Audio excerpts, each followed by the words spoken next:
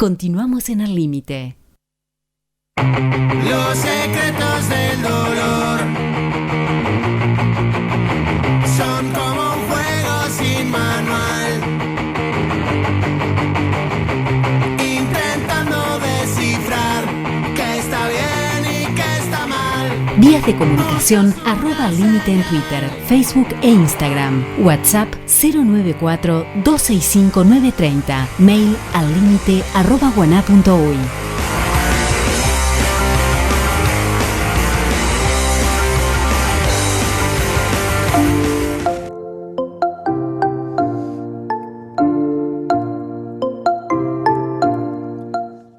Muy bien, nos seguimos en este tercer bloque de Al Límite, aquí en la prueba final de radio. Vamos a manejar el concepto, estamos manejando al principio, ¿qué tema? El manejo de las emociones. Es un tema bastante particular en la vida cotidiana y que traeremos a colación. Vamos a traer a colación ahora con Micaela, que ya la presentamos, ya vamos a presentarla. Vamos a traer un audio que quería compartir. Va a ser bien cortito, pero de un tal Leo Messi, que le hacían una entrevista hace varios años ya no podría decir la cantidad de años que ya pasaron de esa entrevista, pero tenemos estas pequeñas declaraciones de Leo Messi antes de jugar. El segundo, a ver, contame.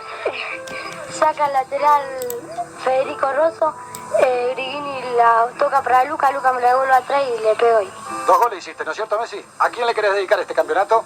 A mi papá, a mi tío y a toda mi familia y a todos los que me conocen.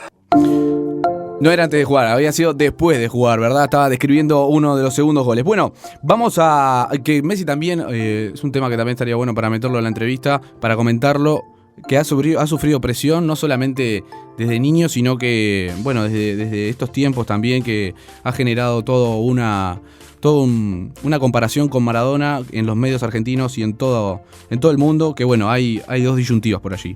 Bueno, Micaela Echeveste, vamos a presentarla, a quien agradecemos su presencia y la presentamos de la siguiente forma.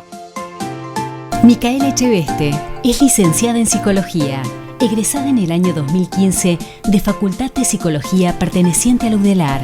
Su tesis de grado fue titulada como Influencia de los adultos en el fútbol infantil. Tiene 26 años y actualmente forma parte como colaboradora de la Sociedad Uruguaya de Psicología del Deporte. Actualmente se encuentra finalizando la primera especialización sobre actividad física y el deporte en UDELAR. En el campo laboral, en el 2018, trabajó en Juventud de Las Piedras con fútbol de amputados. Este año, trabajó como psicóloga del deporte en el equipo Club Atlético Libertad con jóvenes de 13 a 15 años. Su rol en la Sociedad Uruguaya de Psicología del Deporte fue ser parte de la organización del Congreso sobre los 30 años de dicha institución. Bueno, bienvenida, Micaela. Bueno, muchas gracias por la invitación. Muchas gracias por venir, por estar aquí, luego de un arduo día de trabajo, me imagino. Y bueno, nos adentramos en este tema del baby fútbol, que ha sido tu tesis de grado. ¿Cómo lo has vivido ese proceso? Sí, es un tema muy complejo que tiene muchas puntas, como verás. A medida que me fui adentrando, haciendo la tesis, te vas dando cuenta de lo complejo que es realmente y de todas las puntas que tiene, porque, bueno, decíamos influencia de los adultos en el fútbol. Y los adultos son los padres, son los entrenadores, después también tenés otros terceros, como por ejemplo, que hablo un poco en la tesis de ellos, son los empresarios, que cada vez los chicos migran a Europa o a otros países a menor edad, y bueno, están los veedores también que están yendo a las canchas de baby fútbol. Entonces, bueno, hay como un montón de actores que intervienen en este deporte. Uh-huh. Bueno, ya adentrándonos en el niño, de verdad, en esa tesis que tú decías y que tú has realizado, ¿cuáles son las emociones que vive un niño con respecto al ambiente de la presión? ¿Cuáles son las principales emociones? Bueno, es muy importante abordar este tema porque un niño, partamos de la base de que está en pleno desarrollo psicomotriz, está desarrollándose también cognitivamente. Entonces, el deporte de edades tempranas es muy importante justamente para que favorezca este desarrollo del niño. Entonces, esto se va a dar mediante el juego y en un ambiente propicio. Entonces, como decía, si el niño siente presión, todo esto obviamente se va a afectar. El niño de repente no va a tener ganas de hacer el deporte, no lo va a vivir con alegría, porque es el fundamento inicial de que el niño haga deporte, que juegue, que se divierta, que sociabilice con sus pares. Entonces, si el niño está en un ambiente que siente presión, no se va a divertir, va a ir a practicar sin ganas, va a sentir angustia y bueno, puede llegar a lo más grave, que es el abandono del deporte.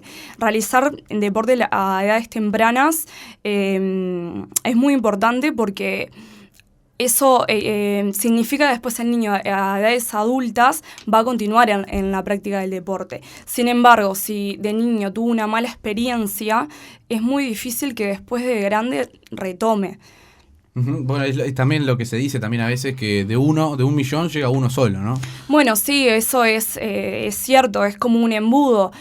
Hoy en día, por barrio hay un montón de clubes deportivos. De hecho, es el principal deporte en este país, es un país muy, muy futbolero. Y bueno, en todos los barrios hay clubes de baby fútbol.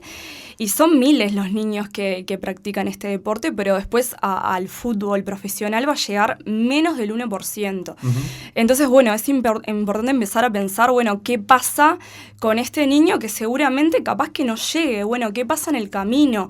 Entonces está bueno como ver la otra cara del deporte, la otra cara del fútbol en este caso, y empezar a pensar el fútbol no solo como una profesión, que el niño vaya a vivir de eso cuando sea grande, sino también qué le puede dejar el deporte. Bueno, los valores, un montón de cosas que tiene el fútbol, que está bueno también que se queden con eso. Independientemente si después llegan a ser profesionales o no, está bueno que se inculquen los valores mediante el deporte. Y a eso iba a ir algo que tú decías ya del acompañamiento, ¿verdad? ¿Cuál es el rol ideal que tendría que ocupar el adulto, que fue lo que habías tratado en tu tesis, del adulto con el niño? ¿Cuál es el rol ideal que tendría que hacer? O sea, ahora, como estamos al principio, escuchamos a Gallardo que decía que con sus niños él miraba y se callaba, él no opinaba, digamos. ¿Cuál es el rol? Que tú decís que puede opinar, puede marcarle cierta pauta o no. ¿Qué es lo que aconsejás a los padres que nos están escuchando? Bueno, en este caso, hay dos actores. Por un lado, los padres, que el rol de padre creo que es, acompañar al niño.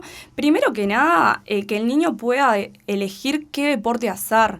No, andá y jugá al fútbol. Hay otros deportes y está bueno que ellos experimenten dentro de las medidas posibles el deporte que ellos quieran hacer y que lo elijan, que no sea impuesto jugar al fútbol. Eso por un lado. Y después, si realmente es el deporte que eligen, poder acompañarlo y cuando termine un partido, ¿cómo te fue? ¿Hiciste un gol? ¿Ganaron? No. ¿Eso es bueno o no? No está mal, pero que no sea la prioridad. Que la prioridad sea, te divertiste, pasaste bien. Que no sea la prioridad, marcaste un gol, ganaron. Porque en realidad no es la finalidad del fútbol infantil.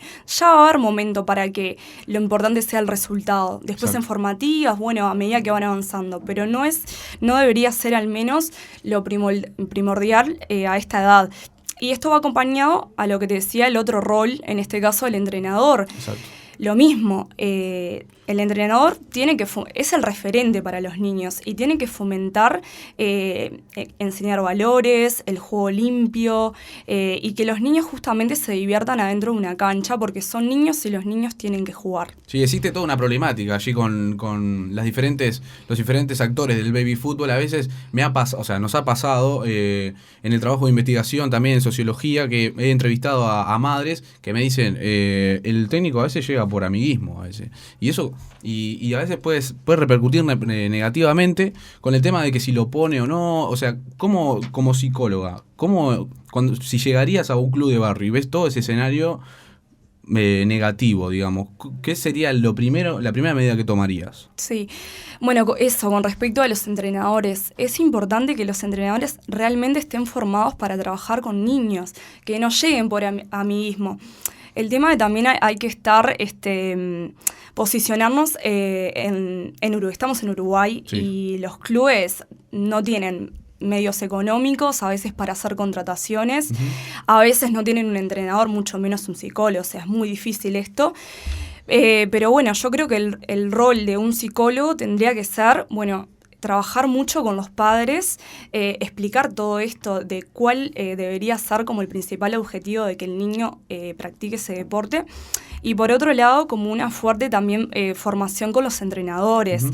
Está bien que enseñen cosas de ese deporte, obviamente, pero no es lo principal a edades tempranas enseñar táctica, por ejemplo. Claro. Porque el niño recién está aprendiendo las habilidades. Claro, recién se está desarrollando. No le podés a un niño de 6 años hablar de táctica. Claro. O no le podés a un niño encasillar en una posición, porque tiene que recorrer todas las posiciones y bueno, después de más grande se verá. Claro. Bueno, es 5, es, no sé, lateral, zaguero. O sea, un niño no se puede establecer qué es lo que va a hacer. Exacto. Está bueno que prueben, que prueben diferentes sectores, y bueno, justamente lo que venía hablando, que se fomente principalmente el juego. Eso es muy importante y es lo primero que creo que se debería trabajar con los entrenadores. Me ha pasado también, estaba trabajando con Deportivo Yauri, un equipo de barrio, que me contaban eso mismo, que decían, bueno, él no se siente muy cómodo en la posición de arquero, pero veo que él contribuye al equipo y todo, y ahí, o sea, ¿ahí qué hay que hacer con el niño? O sea, pues si él no se siente cómodo, no se va a sentir cómodo nunca en esa posición. Algo que también a mí me ha pasado a nivel personal, pero me ha pasado de que yo no me sentía cómodo en tal posición y yo quería jugar arriba o quería jugar, no sé, por allí, pero el contexto decía como que solo ahí te tenías que quedar. Entonces, eso me imagino que muchas emociones es la que repercutirán en el niño, ¿no? Sí, la niñez es una edad para experimentar. El niño está experimentando y está creciendo y está bueno que pueda darse ese contexto de que pueda experimentar en la posición que quiere jugar, o como decía antes, experimentar varios deportes, uh-huh. Pero que pueda elegir y es el momento de hacerlo. Después en formativas no va a experimentar qué puesto quiere jugar. Después a formativas ya llegan, bueno, con un puesto bastante establecido, pero justamente en el baby fútbol es el periodo de tiempo para que el niño pueda experimentar y acompañado de ese desarrollo. A veces he notado en la diferencia que en formativas, como decías tú, en baby fútbol y en formativas, que hay como una... A ver, cuando llega el niño, ¿no? Cuando termina el baby fútbol, la etapa, como que cambia la cabeza del padre, ¿no? Entonces, como que el padre en baby fútbol tiene más expectativa que en juveniles, pero cosa que tendría que ser al revés, porque si en juveniles ya estás más cerca de jugar en primera, digamos, al objetivo, pero la actitud del padre, lo que he notado, que como que cambia, como que está ya el club delinea la política que se establece. Entonces, con la cartelería, todo ese tipo de cosas, el club establece las normas ya, y ahí el padre como que se siente un poco ya dejado de lado, ¿no? Sí, bueno, los padres, hay otra cosa también que pasa en este país, que por suerte tenemos una cantidad de futbolistas que llegan a la elite y llegan a jugar un montón de clubes de Europa.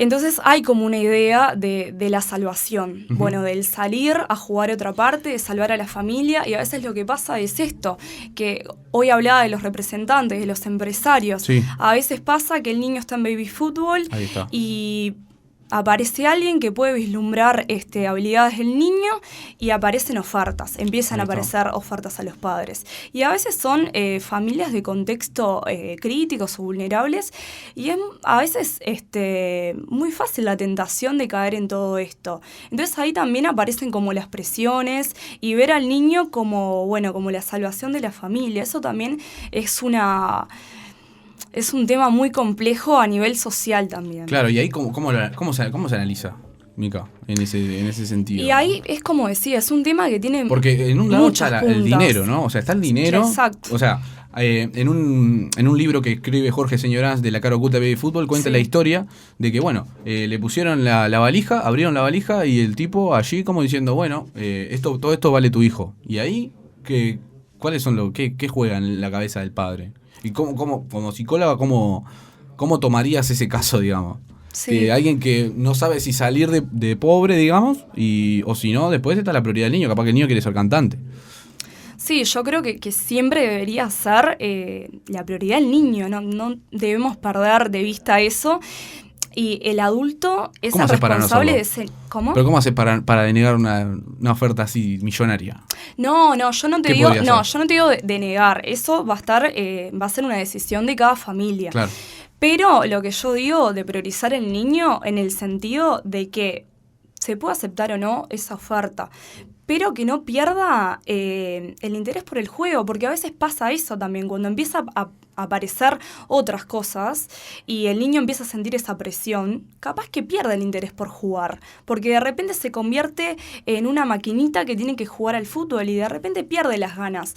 Entonces, independientemente de si se acepta o no, está bueno acompañar al niño y que siempre se sienta cómodo practicando el deporte y que no sienta esa presión de, bueno, que tenés que llegar. Bueno, ¿querés ser futbolista? ¿Vos lo querés o lo quiero yo como padre? También como que separar un poco eso. Si el niño lo quiere y es su deseo, bueno, acompañarlo. Y también otra cosa que hay que fomentar mucho y se está haciendo con un gol al futuro a nivel del gobierno, fomentar que los chicos estudien porque no se sabe, es como te decía, llega menos de un 1% y está bueno que tengan como otras posibilidades si de repente no llegan, porque capaz que tienen 17, 18 años, no tuvieron la suerte de quedar en un club importante o no tienen representantes y se les terminó la carrera. Y entonces empieza, bueno, ¿y ahora qué hago con mi vida? Exacto. Entonces está bueno, como padres, también como fomentar eso. ¿Querés ser jugador de fútbol? Perfecto, pero también estudiar. Existen otras cosas. Existen digamos. otras cosas, que no sea su único objetivo de vida. Porque Exactamente, después es muy sí. dura la caída si no llegan. Claro, y ahí eso ahí qué es lo que hay que tratar con el niño, o sea, la caída luego del auge, ¿no? Bueno, estamos hablando de clubes con Micaela. Bueno, Micaela, te traigo una pequeña consigna ya para finalizar, una pequeña consigna, ¿no? Algo que estábamos hablando recién. Tú estás con los padres, por ejemplo, Deportivo Yauri. Crisis total, los padres no se llevan, los niños sufren los partidos.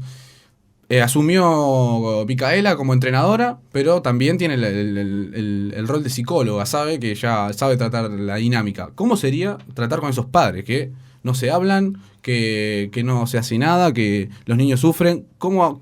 ¿Qué harías tú en eso? En esa, ¿qué es la primera medida que así, bueno, con este grupo vamos a hacer determinada dinámica? Bueno, qué difícil. Yo creo que lo primero como un entrenador sería hablar con esos padres y marcar un poco la cancha desde un principio. Bueno, los fines de semana, ¿a qué apunto? ¿A que se diviertan? ¿A ganar? Bueno, no, apunto a que los chicos se diviertan. No me importa cómo vaya a ser el resultado. Otra cosa, van a jugar todos. A veces pasa también que juegan los mejores. No, volvemos a lo mismo. La finalidad del baby fútbol, ¿cuál es? Que el niño practique deporte, genere valores, se divierta. Entonces, esas cosas, van a jugar todos, no me va a importar si ganan, si pierden. Empezar como a cambiar esas pequeñas cosas, porque es como una retroalimentación también. La presión de los padres y el entrenador, si fomenta que ganen o a veces pasa que le están jugando, le está gritando. Claro. Y empezar como por esas pequeñas cosas a cambiar un poco la mirada. Como que haya un único mensaje, ¿no? Tipo, entre padres y entrenador sean todos un equipo y que el mensaje que sea a los niños sea claro. Y otra cosa, no se pueden tolerar insultos. Claro. Mi primo cuando era chico, por ejemplo, fue en la época que yo empecé con esta tesis, jugaba al fútbol, yo lo iba a ver en baby fútbol. Y escuchabas de todo. Claro. Padres que gritaban cualquier cosa y nos pasará a todos que alguna vez pisamos una cancha de baby fútbol y escuchás cualquier cosa a niños. Increíble, sí. Y esas cosas desde el club no se deberían permitir. Sí. Si escuchás a un padre que está insultando lo que sea, bueno, vamos a hablar con este padre, esto no puede seguir pasando. Entonces yo creo que se empieza a cambiar como por pequeñas cosas. Exactamente. Bueno, Micaela, primero que nada agradecerte por tu presencia aquí, por hacer el esfuerzo de venir. Y bueno, agradecerte más que nada y bueno, darte muchos éxitos en lo que se viene con la psicología del deporte, allí con Subde, que han hecho un gran congreso, sinceramente, he estado los 3 días y la verdad que he visto una dinámica tremenda de trabajo por algo nuevo, que es la psicología del deporte. Muchísimas gracias, Micaela, y bueno, nos estaremos encontrando. Bueno, muchas gracias a vos por la invitación y bueno, por hablar de este tema tan importante y tan complejo. Que da para más, ¿no? Da para 2 programas. Sí, Así que, claramente. bueno, muchas gracias, Micaela, y bueno, así despedimos a Micaela y ya cerramos el tercer bloque y luego nos metemos con las vías de comunicación y a interactuar con todos ustedes, con los oyentes.